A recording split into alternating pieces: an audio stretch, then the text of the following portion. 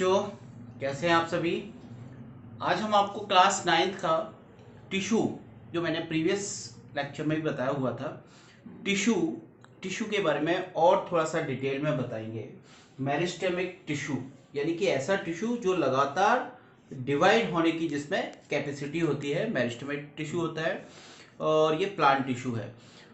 इससे पहले थोड़ा सा लेके चलते हैं। टिश्यू क्या होता है। टिश्यू जहाँ पर कई सेल्स, ऐसी सेल्स जिनका स्ट्रक्चर एक समान होता है, फंक्शन भी उनका लगभग एक समान होता है, तो ग्रुप ऑफ सेल्स उसको हम टिश्यू बोलते हैं। जितनी भी ऐसी सेल्स जिनका एक समान स्ट्रक्चर होता है, एक समान फंक्शन होता है, ऐसी सेल्स को हम क्या कहते हैं, टिश्यू कहते हैं। और टिश्यू दो तरह से होते हैं, दो टाइप के होते हैं, animal tissue and plant tissue. Animal tissue को हम थोड़ा सा बाद में लेंगे, यहाँ पर हम प्लांट टिश्यू की चर्चा करते हैं। अब प्लांट टिश्यू की बात आती है तो प्लांट टिश्यू भी दो तरह का होता है। एक ऐसा टिश्यू, मेरिस्टेमिक टिश्यू, जिसमें लगातार डिवाइड होने की, जिसकी सेल्स में लगातार डिवाइड होने की कैपेसिटी होती है, मेरिस्टेमिक टिश्यू। और दूसरा होता है परमानेंट टिश्यू। तो परमानेंट टिश्यू जैसा नाम ही है उसका, परमानेंट यानी कि वो फिक्स हो जाता है, उसके अंदर डिवाइड होने की जो कैपेसिटी है वो खत्म हो जाती है, केवल और केवल वो अदर्स वर्क करता है और उसकी जो साइज है, साइज थोड़ा सा इंक्रीज होता है। अब यहाँ पर जो मेरिस्टेमिक टिश्यू की बात करते हैं, सबसे पहले हम लेते हैं मेरिस्टेमेटिक टिश्यू, यानी कि ऐसा टिश्यू जिनकी सेल्स लगातार डिवाइड होती है। तो ये वाला जो टिश्यू है वो प्लांट्स के ऐसे रीजन पर अवेलेबल होता है जहां पर प्लांट ग्रो करता है, वृद्धि करता है। आपने देखा होगा कोई प्लांट है तो वो कहां से बढ़ रहा है, जो टॉप वाला जो पोर्शन होता है, ये टॉप वाला जो पोर्शन है वहां से प्लांट्स ग्रो कर रहा है लगातार, है ना। और साइज में भी मोटा हो रहा है। कोई प्लांट है तो वो साइज में भी मोटा, उसकी मोटाई भी बढ़ती है और उसका जो साइज है वो भी बढ़ता है। तो वो टॉप टिप वाला जो पोर्शन है वहां से ग्रो करता है। तो ये जो मेरिस्टेमेटिक टिश्यू होता है ये टिप वाले पोर्शन पर अवेलेबल होता है। दूसरा, कुछ जो टिश्यू है वो लेटरल साइज पर भी होगा, जो उसकी जो मोटाई उस प्लांट्स की बढ़ रही है। जैसे स्टार्टिंग में प्लांट बहुत पतला होता है लेकिन धीमे धीमे धीमे धीमे वो मोटा होता चला जाता है, तो वहां पर भी जो टिश्यू अवेलेबल होगा वो मेरिस्टेमेटिक टिश्यू अवेलेबल होगा। अब ये जो टिश्यू होता है मेरिस्टेमेटिक टिश्यू, इसकी जो सेल्स होती हैं वो इस तरह से सेल्स होती है। इसके सेल्स के बीच में दो सेल्स के, जैसे एक सेल ये है, दूसरी सेल ये है, तीसरी सेल ये है, चौथी सेल ये है। तो यहाँ पर दो सेल्स या तीन सेल्स के बीच में बिल्कुल भी इंटरसेलुलर स्पेस नहीं होता, मतलब बीच में जो है जगह नहीं रहती। एक दूसरे से जो सेल्स होती हैं वो लगातार चिपकी हुई होती हैं। तो इस तरह का इसका स्ट्रक्चर होता है। बीच में यहाँ पर एक न्यूक्लियस होगा, केंद्रक होगा, और साइड में यहाँ पर साइटोप्लाज्म, जो सेल्स का साइटोप्लाज्म होता है वो भरा रहता है, ये सेल वॉल होती है बाहर। तो इस तरह से अदर भी जो मटेरियल है वो होगा। तो meristematic tissue, cell of meristemic divide continuously and help the increasing the length of growth of plant. ऐसा टिश्यू जो लगातार डिवाइड होने की उसमें कंटिन्यूअसली क्षमता होती है, इंक्रीज होने की क्षमता होती है, लगातार इंक्रीज कर रहा है, वो लेंथ को इंक्रीज कर रहा है, उसकी ग्रिफ्ट को बढ़ा रहा है, ठीक है। दूसरा, the cell of meristematic tissue are similar in structure and have thin cellulose cell wall. The cell of meristematic tissue, यानी कि जो मेरिस्टेमेटिक टिश्यू होते हैं वो सिमिलर होते हैं, स्ट्रक्चर में सिमिलर होते हैं, और थिन सेलुलोज सेल वॉल, उसकी जो सेल वॉल होती है वो थिन सेलुलोज की होती है, थिन सेलुलोज की जो सेल वॉल प्रेजेंट होती है। नेक्स्ट है, the meristematic cell may be spherical, oval, polygonal and rectangle shape. जो मेरिस्टेमेटिक टिश्यू की जो सेल होती है वो स्फेरिकल होती है, oval and polygonal, oval shape होती है, पॉलीगोनल होती है, और रेक्टेंगल इन शेप, रेक्टेंगल आकृति की दिखाई देती है। इस तरह की रेक्टेंगल आकृति की दिखाई देती है। ओके, नेक्स्ट है, the meristematic cell are completely arranged and do not contain the intercellular space। ये जो सेल होती है, मेरिस्टेमेटिक टिश्यू की जो सेल होती है वो कंप्लीटली अरेंज रहती है, इसके बीच में किसी भी तरह का इंटरसेलुलर स्पेस नहीं अवेलेबल होता, बीच में किसी भी तरह का कोई भी गैप जो है वो अवेलेबल नहीं होता। तो इस तरह से ये मेरिस्टेमेटिक टिश्यू होता है। नेक्स्ट है, each meristematic cell contain dense amount cytoplasm and single few vacuoles। इसमें कुछ वैक्यूल अवेलेबल हो सकते हैं और नो वैक्यूल। ज्यादातर जो इसके अंदर जो सेल होती है उसमें किसी भी तरह का कोई भी वैक्यूल प्रेजेंट नहीं होता। जैसे प्लांट सेल के अंदर ज्यादा वैक्यूल प्रेजेंट होते हैं, मेरिस्टेमेटिक सेल के अंदर किसी भी तरह का वैक्यूल प्रेजेंट नहीं होता। टाइप, नेक्स्ट आता है टाइप। जो मेरिस्टेमेटिक सेल होती है, मेरिस्टेमेटिक टिश्यू होता है, ये तीन तरह की जो वो है टिश्यू, तीन भागों में डिवाइड कर सकते हैं, 3 टाइप्स में होता है। Number 1 apical meristematic tissue, second number lateral meristematic tissue और इंटरकैलरी मेरिस्टेमेटिक टिश्यू। तीन तरह का ये टिश्यू होता है। अब बात आती है कि ये तीन तरह का जो टिश्यू होता है वो कहाँ पर होता है, किस तरह से प्रेजेंट होता है। तो ये मान के चलिए कोई प्लांट्स है, ये इसका टिप वाला भाग है, ये वाला भाग जो है वो टिप पोर्शन है, और टिप पोर्शन पर क्या होगा, एपिकल मेरिस्टेमेटिक टिश्यू। ये जो टिप वाला जो पोर्शन होगा जहां से प्लांट्स ग्रो कर रहा है, बढ़ रहा है, तो यहाँ पर भी ये अवेलेबल होगा। और रूट का जो टिप वाला पोर्शन होगा जहां से लगातार रूट जो होती है वो नीचे की तरफ, अर्थ की तरफ घुसती चली जाती है, तो वहां पर भी जो मेरिस्टेमेटिक टिश्यू होगा वो एपिकल मेरिस्टेमेटिक टिश्यू होगा। तो ये जो एपिकल मेरिस्टेमेटिक टिश्यू है ये प्लांट्स के टिप पर प्रेजेंट होता है। अब बात आती है कि इंटरकैलरी कौन सा होता है, इंटरकैलरी टिश्यू कहाँ होता है।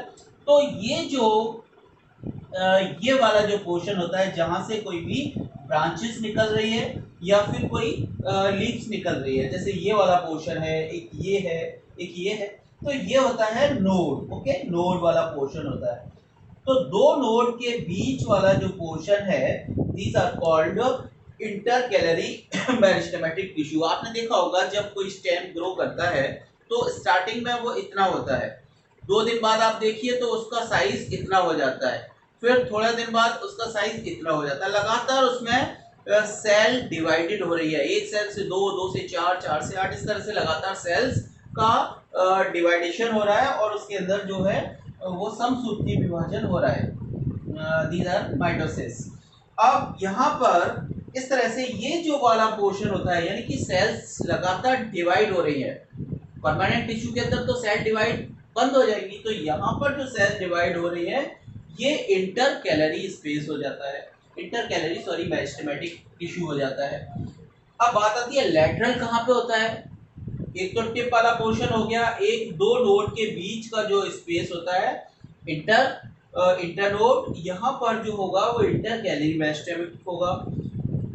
अब आपने देखा होगा कोई स्टेम होता है वो बहुत पतला होता है स्टार्टिंग में, और फिर 1 साल के बाद उसकी मोटाई लगातार बढ़ती चली जाती है ना। 1 साल 2 साल के बाद प्लांट लगातार मोटा भी होता चला जाता है। जैसे जैसे वो लंबा होता चला जाएगा, नीचे का जो पोर्शन है वो लगातार मोटा होता चला जाएगा। तो ये जो मोटाई प्लांट्स की बढ़ रही है, यहाँ पर अवेलेबल होता है कौन सा, lateral tissue. Okay, lateral tissue से प्लांट्स की जो मोटाई है वो लगातार इंक्रीज हो रही है। तो इस तरह से ये 3 तरह के होते हैं। फर्स्ट आता है apical meristematic tissue. These are situated at the growing tip। Growing जो टिप वाला पोर्शन होता है, growing tip of stem and root. Stem पर भी होता है और रूट पर भी होता है, जड़ पर भी मिलेगा और तने पर भी मिलेगा। Stem and root. Apical meristem are also found of the leaf. Leaves, पत्तियां भी आपने देखी होंगी, स्टार्टिंग पर जो पत्तियां होती हैं, जैसे ही स्टेम से जो पत्तियां, नई पत्तियां निकलती है तो छोटी होती है, फिर कुछ दिन के बाद वो पत्तियां अपना पूरा रूप ले लेती है। तो वो जो पत्तियों पर भी ये एपिकल मेरिस्टेमेटिक टिश्यू प्रेजेंट होता है। तो इस तरह से जो एपिकल मेरिस्टेमेटिक टिश्यू होगा, उसके बाद हम चर्चा करते हैं यहाँ पर लैटरल और इंटरकैलरी मेरिस्टेमेटिक टिश्यू इस तरह से होता है। एपिकल मेरिस्टेम के बाद आता है inter calorie meristem. Inter calorie meristem में क्या होगा, ये टिश्यू जो होगा इंटर कैलरी मेरिस्टेमिक टिश्यू, ये कहाँ पे होगा, जो मैंने दो बताया, दो नोड के बीच में जो टिश्यू अवेलेबल होता है, these are called intercalary meristematic tissue. They are located at the base of leaf of internode, stem of grass and other monocot। Other monocot में कहाँ होगा, जो ग्रास होते हैं वो भी मोनोकॉट में आते हैं। इसके अलावा आपने देखा होगा गेहूं, चावल, गन्ना, ये भी सब मोनोकॉट में होते हैं। तो यहाँ पर ये उसकी पत्तियों पर ग्रो करेगा, है ना, पत्तियां जो होंगी, पत्तियां ग्रो करेंगी उसकी, तो वो जो टिश्यू अवेलेबल होगा, क्योंकि उसमें जो दो नोड होते हैं, नोड स्पष्ट दिखाई देते हैं उसके बीच में, तो दो नोड के बीच वाला जो स्पेस है, ये क्या है, यहाँ पर inter calorie tissue, meristematic tissue present होगा। अब इसके क्या फंक्शन होते हैं, meristematic tissue act the present tissue from which other tissue develop. जो मेरिस्टेमेटिक टिश्यू होता है वो क्या काम करता है, अदर टिश्यू, और भी जो टिश्यू होंगे उन टिश्यू को डेवलप करने का काम करेगा। Next, this tissue take part the growth by function of new cell. जो ये टिश्यू है, कौन सा, इंटर कैलरी जो टिश्यू होगा, वो क्या काम करेगा, ग्रोथ बाय फंक्शन, उसका जो न्यू सेल्स है उनकी ग्रोथ करने का जो काम वर्क है वो ये करेगा, इंटर कैलरी मेरिस्टेम करेगा। नेक्स्ट है, with the help of मेरिस्टेमिक plant continue to produce new leaves। जो भी न्यू लीव्स हैं उनको बनाने का काम करेगा, ब्रांचेस को बनाने का काम करेगा, ब्रांच ऑफ स्टेम, स्टेम की जो ब्रांचेस होंगी उनको, एंड रूट्स, रूट को बनाने का काम करेगा, रूट को फॉर्मेशन का काम करेगा, फ्लावर्स के फॉर्मेशन का काम करेगा, फ्रूट बनाने का काम करेगा, और जो रूट के हेयर होते हैं उनको बनाने का काम करेगा, है ना। तो उनका, इन सभी का फॉर्मेशन करेगा, किस किस का, लीव्स का, branch and root, flower, fruit, and जो रूट के हेयर होते हैं, जो रूट से हेयर निकलते हैं, पतले पतले रेसे जो निकलते हैं, उनको फॉर्मेशन का काम कौन करेगा, इंटर कैलरी मेरिस्टेमेटिक टिश्यू ये काम करेगा। इसके बाद नेक्स्ट है, नेक्स्ट फंक्शन इसका, the place of injury in plants. ये क्या काम करेगा, जब भी कोई प्लांट्स की टूट फूट हो जाती है, कहीं पे प्लांट को चोट आ जाती है, कहीं पे आपने देखा होगा कहीं कोई डगाल टूट गई या कुछ हुआ, तो वहां पर जो उसकी इंजरी होगी उसको भी ये फिलअप करने का काम करेगा, उसको न्यू सेल्स से उसको फिलअप कर देगा, जो भी न्यू सेल्स डेवलप होंगी उससे उसको फिलअप कर देगा। तो ये काम क्या करता है, ये इंटर कैलरी मेरिस्टेम करता है, और ये कहाँ पे प्रेजेंट होगा, ये दो नोड के जो बीच का स्पेस होता है यहां पर होगा इंटर कैलरी मेरिस्टेमिक टिश्यू। ये वाला जो टिश्यू है ऊपर वाला, दीज आर एपिकल टिश्यू। और यहां पर जो मिलेगा, इसके बाद आते हैं नेक्स्ट, जो थर्ड पॉइंट है उसके ऊपर, थर्ड पॉइंट है लेटरल मेरिस्टेमेटिक टिश्यू। ये थर्ड पॉइंट है, लेटरल मेरिस्टेम। तो इस तरह से जो मेरिस्टेमेटिक टिश्यू होता है वो तीन तरह से होता है, apical meristematic tissue, inter calorie meristematic tissue, और उसके बाद आता है लेटरल। लेटरल मतलब जो साइड का, जो आप जो प्लांट्स की मोटाई लगातार बढ़ रही है, वो वाला जो टिश्यू होगा वो होगा लेटरल मेरिस्टेमेटिक टिश्यू। तो ये लेटरल जो है, यहाँ से जैसी प्लांट की जो मोटाई है लगातार वो बढ़ती चली जाती है, यहाँ पर ये अवेलेबल होगा इस जगह, है ना। तो यहाँ पर जो स्टेम है उसके इस जगह अवेलेबल होगा lateral meristematic tissue.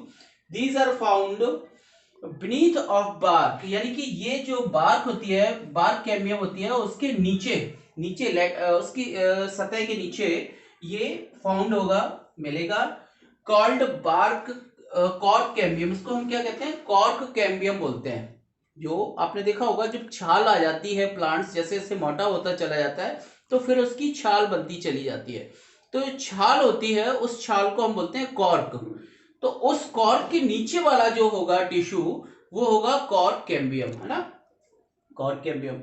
And vascular bundles of dicot root and stem, इसको हम क्या बोलेंगे, वस्कुलर बंडल। वस्कुलर बंडल भी बोल सकते हैं, वस्कुलर बंडल जो डाइकॉट प्लांट्स होते हैं उनके रूट पर और स्टेम पर वस्कुलर बंडल्स दिखाई देते हैं। उस वस्कुलर बंडल्स के अंदर जाइलम और फ्लोएम ये दोनों अवेलेबल होते हैं।